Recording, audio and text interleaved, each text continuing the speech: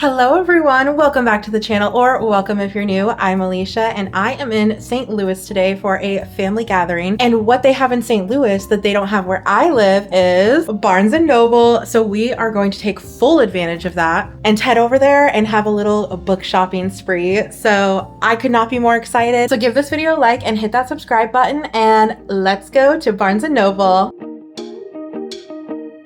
Get out of bed the same time. People talk about last night. Hey, I heard through the grapevines that guy just broke her heart. Are we just running backwards? Every page has got the same words. I'd rub my eyes again, but there's no point, just play along. It kinda seems like old news when yesterday's still ahead of you. And it feels like another blurred out party, another wasted youth. You wake up staring at the ceiling, and I swear it kinda feels like the same worn out t-shirt and every sucker from school. What's your name I haven't seen yet? And I swear it kinda feels like deja vu. Yeah, it feels like deja vu. Did I just get the fever? I think I might be dreaming. Can anybody see this? I can't be the only one. Yeah, it's like that girl's always talking about the guy that she dates. Well, he's just going on about the things that he hates. Every morning, every night, every hour, all the time, I just get a bit weirded out, 'cause everything's just old news and yesterday's still ahead of you. And it feels like another blurred out party, another wasted youth. You wake up staring at the ceiling,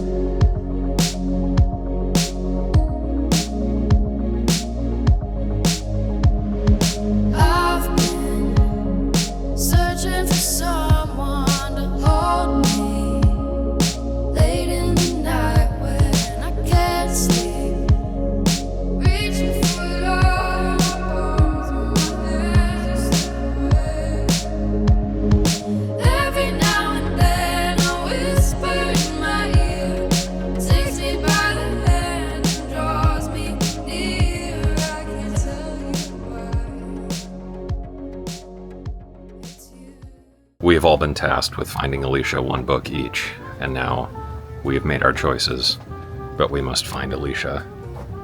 And she was here. But we're gonna hand them to her and see who did the best and why it was me. All right, everyone turn in your choices. Me already having like $100 all right, in books. Ryan, what do you got? Oh. Okay, well, How will kill you? I'm gonna be honest. Okay, I the didn't cover, really read love. the back. The cover love. Okay, perfect. I would buy this base. It was pink, and it looked like romance, but also I'm gonna kill you because it says that. Your next stay up all night thriller about identical triplets who have a nasty habit of killing their boyfriends. Okay, cool. I'm into it. Youngest commits the worst crime, falling in love with her Mark. That actually sounds really Genre good. stalker romance. It's perfect. I went for more like psychological thriller. What mother won't tell me. I love when it says you'll lose sleep. I'm like, clock me in. Sometimes the most dangerous strangers are the ones in the bedroom across the hall. Deep cabin, remote island, love. Her little brother's name is Boy.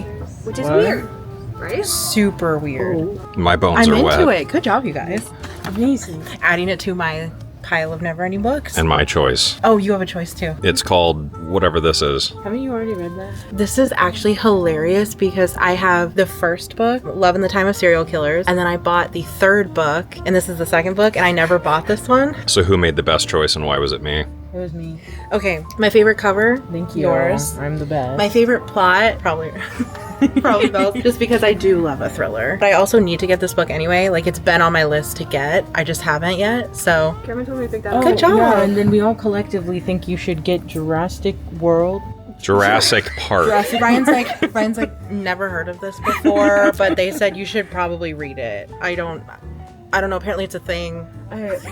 Dinosaurs aren't real. It was a conspiracy. Okay guys, we are actually back at my house, obviously in my cute little reading corner, of course, and I have secured the goods, so let's get into this Barnes & Noble book haul. First up, we have What Mother Won't Tell Me. This is actually the one that Belle picked out for me at the store, and I think it was the only one that they all picked out for me that I ended up purchasing, only because this is the one that had the plot that was the most interesting to me, and I picked out a lot of other books that I wanted more than the ones that they picked out for me, so I did end up getting this one though, because it's also short, so I feel like this would be a good one for just a bingeable thriller / horror book. So let's read the back of it. Sometimes the most dangerous strangers are the ones in the bedroom across the hall. Once upon a time, a young woman named Juno lived in a cabin deep in the woods on a remote island. She had only mother, father, her little brother Boy, and a book of fairy tales for company. Already this sounds so weird and interesting. I am really excited to read this one. They lived in constant fear because danger lurked on the other side of the lake, seeking them out strangers, as they called them, who wanted to destroy the family. They lived safely under 7 strict commandments until Juno was spotted by a stranger. In one moment, Juno's world comes crumbling down around her. It's clear the island she calls home is not the safe haven she believed it to be, and that more than a few secrets have been kept from her. Juno doesn't know her parents. She doesn't know herself. But whoever mother and father are, they'll do anything to keep Juno to themselves. So I love a mystery, a secret, that kind of thing, and I love when a book is smaller that has that, because it feels like I can get closer sooner to the answer to the mystery. So I'm all about this. I am very excited for this book. Then we have Tourist Season. I have not heard much about this book. I've heard people say the title, but I haven't really heard them say anything more about it in the videos I've watched or anything. But when I saw this in store, I just loved those edges. And then I also read the description of the plot line and everything, and it sounded really interesting to me, and I love an enemies to lovers, which is a big selling point of this book for me. Oh, I wanted to show you guys how cute it is real quick. Welcome to Cape Carnage. Visit once, stay forever. Cape Carnage is a seaside town of colorful houses, quirky shops, and an unusually high body count. With tourists comes trouble, and Harper Starling won't let anyone ruin her picture-perfect home. A skilled gardener with killer instincts, Harper protects her sanctuary and her aging mentor with a fading memory at any cost. Troublesome tourists don't check out of Carnage. They compost beneath Harper's award-winning flower beds. But Nolan Rhodes isn't your average tourist. devilishly handsome, disarmingly charming, and skilled with a blade, Nolan is relentless in the pursuit of revenge. On every anniversary of the hit-and-run accident that fractured his life, Nolan slays another target, and he saved the best for last, the undeniably beautiful Harper Starling. The problem? Harper isn't the monster he expected, and she won't go down without a fight. When an amateur true crime investigator comes to Cape Carnage on the trail of a long-lost serial killer, Harper and Nolan strike an uneasy truce. If Nolan helps Harper protect her town, she'll keep quiet about his hunting habits. For now. But their alliance soon spirals into obsession, one that threatens to shatter every secret in Carnage, including this fragile love. And then underneath that it says Tourist Season is a darkly funny, slow burn enemies to lovers romance where destruction and desire are balanced on the edge of a blade and where love is the most dangerous battleground of all. And I love a slow burn enemies to lovers. That is definitely, I feel like that may be my favorite trope of all time, is specifically slow burn enemies to lovers. I think that's like my everything when it comes to romance. I am so excited for this one. You have no idea. Okay, so we have The Do-Over by Lynn Painter, and as I have previously stated in so many other videos, I love Lynn Painter. I recently read her this year, so 2025 is the year for me of Lynn Painter. The Do-Over I have not read by Lynn Painter yet, but Lynn Painter is possibly my favorite romance author ever when it comes to like cutesy romance. I literally just got this because I love Lynn Painter and I've already read her Better Than the Movies, Nothing Like the Movies, and Fake Skating that she just put out, so I wanted to read some of her back catalog. So let's read the back of it. After living through a dumpster fire of a Valentine's Day, Emily Hornby escapes to her grandmother's house for some much needed girl talk and companionship. There, Emily passes out on the couch, but then when she wakes up, she's back home in her own bed. That's not the only shocker though. Somehow, it's Valentine's Day again. And the next day, another disaster V-Day. So it seems like the plot to this is reliving Valentine's Day over and over again. It seems that Emily is stuck in some sort of time loop nightmare that she can't wake up from as she rewatches her boyfriend Josh cheat on her day after day. Oh, in addition to Josh's recurring infidelity, Emily can't get away from the enigmatic Nick, suspicious, whom she keeps running into, sometimes literally, in unfortunate ways. I wonder who the love interest will be. How many days can one girl spend passively watching her life go up in flames? And when something good starts to come out of these terrible days, what happens when the universe stops doling out do-overs? This sounds so cute and it makes me want to read it around Valentine's Day, so maybe we'll save this one for February, but I love a Lynn Painter book, so I like immediately want to devour this. But I'll wait, I'll hold off. And of course I couldn't come away with just one Lynn Painter book. So we have another. This one has really cute edges. This one is Betting on You. And I just love that cover. Like all the things they're doing in the cover. I'm like, that's so cute. And I want to do all of it. Like this seems adorable. So the first time Bailey meets Charlie, he is the worst. Literally just reading that, I was like, I'm in. I'm in. While moving to Omaha after her parents' sudden divorce, Bailey finds herself trapped for 10 hours with a cynical and obnoxiously opinionated stranger. The polar opposite of her careful, well-behaved, cheery temperament, which I love when it's like a grumpy guy, a sunshiny girl, because that's how my relationship is, where like he's a grumpy cat and I am not that. I'm the opposite. So I just love that dynamic in books because it just reminds me of my real relationship. So imagine her surprise when years later, Charlie turns out to be her co-worker at her new job. I'm in. But this time around, they find themselves talking comfortably and even laughing. Still, they agree they can't stand each other. And when they witness two of their coworkers flirting, their commentary on the moment spirals into a bet. I love this premise already. Charlie insists the members of the opposite sex can't be just friends, and Bailey is determined to prove him wrong. I love this setup. Amidst all their bickering and playful banter, Charlie works to deflect the feelings he's developed for Bailey. He's terrified to lose her if his crush becomes known, and what doesn't help his agenda is Bailey and Charlie fake dating. You throw a fake dating in and I am instantly hooked. In order to disrupt the annoying pleasantries between Bailey's mom and her mom's new boyfriend. Soon, what Charlie was hoping to avoid becomes a reality as Bailey starts to see him as not only a friend, but someone who makes her hand shake and heart race. But Charlie has a secret that involves Bailey and another bet Charlie may have made. Pin the two make the real go of things, or has Charlie's secret doomed them before they can start? I love that premise. Whenever there's like something the guy did before he really knew her, I love that because I feel like it adds tension and like a reason for a miscommunication possibly that actually makes sense, if you get what I'm saying, where it's like he did do it, so it's not technically a miscommunication, but it's like a reason for her to be mad at him and possibly cause a ruckus, which of course we want in a drama romance book. So I am so excited for that. Honestly, that one sounds the best to me between The Do-Over and Betting on You. That one sounds like it's just got more to it, but I can't wait to read both. Then we have Atmosphere, which I have been eyeing this literally since it came out, and I've just been biding my time. Like every time I saw this book, I was like, I'm gonna get that. I just don't know when. But I finally picked it up at Barnes & Noble. I love the aesthetic of this book and the cover and everything. And then I'll just show you guys the book without its cover on. It's nothing like crazy, but I just wanted to show you guys. And it's cute though. And I love the inside part. Like that's really cute. So let's read what Atmosphere is about. And I will say that every other book by her that I have read, I believe I have given it 5 stars. An epic new novel set against the backdrop of the 1980s space shuttle program about the extraordinary lengths we go to live and love beyond our limits.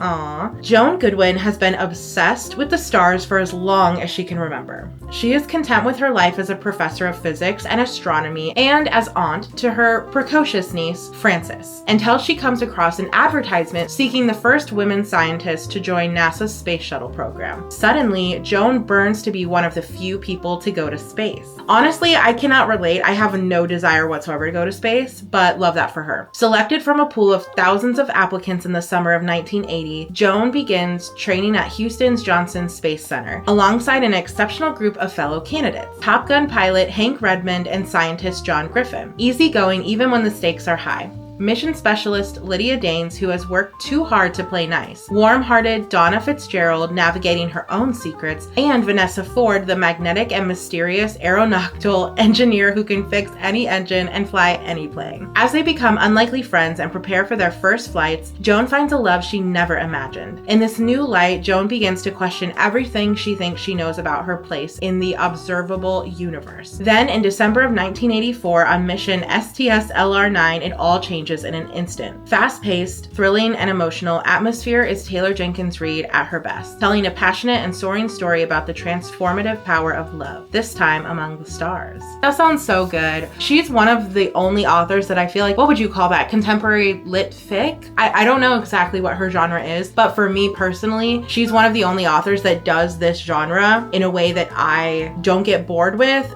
/ really enjoy. So can't wait to read this one. Then we have Alchemy of Secrets, and this one was sitting right next to Tourist Season if you watched the Bookstore vlog footage before this, and that's kind of almost what made me want to purchase it too, was just like both books were really pretty and they were just right next to each other, so I was like, why not? Alchemy of Secrets by Stephanie Garber. Okay, impressive, original, wondrous. So everything on the back about it sounded really good, and then it's got these green fancy sprayed edges. It feels very like rich, fancy type of vibe. This is giving like Great Gatsby in my opinion. And yes, okay, I know I still have the whole Caraval series on my TBR that I have not read yet by this author. I know I need to get to it. Anyways, let's read what this book is about. It starts with a class in an old movie theater. Folklore 517, local legends and urban myths taught by a woman called the Professor. Most students believe the Professor's stories are just fiction, but Holland St. James has always been convinced that magic is real. When she tracks down a local legend named the Watchman, who can supposedly tell you when you'll die, the world finally makes sense. Except that the Watchman tells her she will die at midnight tomorrow unless she finds an ancient object called the alchemical heart. With the clock ticking, Holland is pulled deeper into this magical world in the heart of Los Angeles and into the path of a magnetic stranger. Everything about him feels like a bad idea, but he promises Holland that her sister sent him to protect her. As they chase clues and stories that take them closer to the alchemical heart, Holland realizes everyone in this intoxicating new world is lying to her, even this stranger. And if she can't figure out whom to trust, not even the alchemical heart will save her. So this gives off the vibes of mystery, rich people, and also possibly an enemies to lovers type of love. So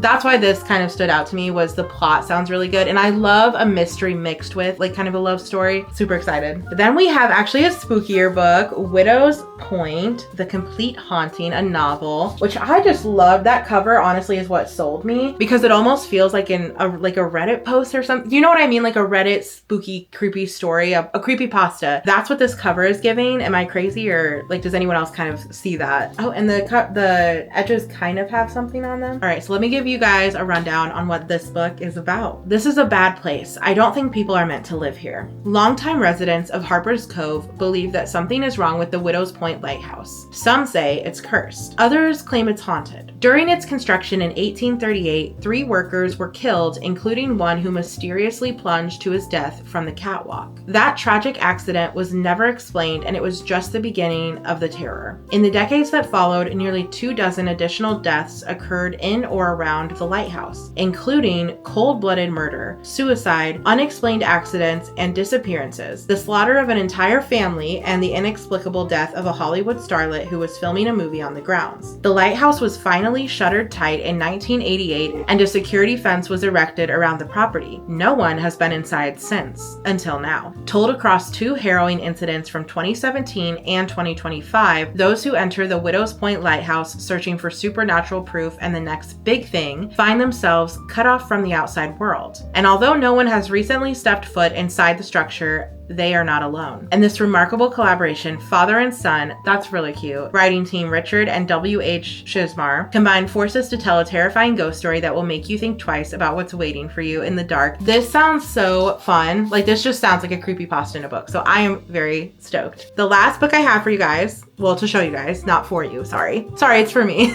The last book is actually one that I almost bought before in a bookstore vlog, but I didn't. I ended up making the purchase though at Barnes & Noble, and I can't wait to open it for you guys because it is wrapped up still. So let's get it open, but it is the beautiful Twilight. Okay, so we are gonna open this up for all of you to enjoy, and I am so excited because here's the thing, Twilight is the only series, okay, and call me cringe, call me basic, whatever you wanna call me. Twilight is just so nostalgic for me because it really is the first book that got me hooked on reading. Like, I think it was 8th grade. It was literally like right before going into freshman year, I believe. I read Twilight, and the way that the Twilight series had a chokehold on my entire high school experience, because Harry Potter did as well, but Harry Potter, honestly, it was more the movies, and then Twilight for me, it was more the books. If that makes any sense, because I loved the Harry Potter books, don't get me wrong, but there wasn't anything in the Harry Potter books that made me want to reread them. There wasn't romance in the Harry Potter books. And Twilight is the first series that really made me almost annotate, which I guess I didn't know what annotating was back then, but now that I know what it is, Twilight, the whole series, was the first series that I would mark pages that I wanted to reread later, like just phrases or lines that I really enjoyed. And I didn't even know what annotating was really, but I was doing it for these books specifically, and those are the ones I've only ever done it to. So when I saw that they had this, that's why I really wanted it, because I am not a person to buy a book again because I don't reread books, but Twilight is the only series that I will reread over and over again. I don't know, it just has a special place in my heart. Let me know in the comments if you guys relate, but let's get this opened real quick so I can show you guys everything.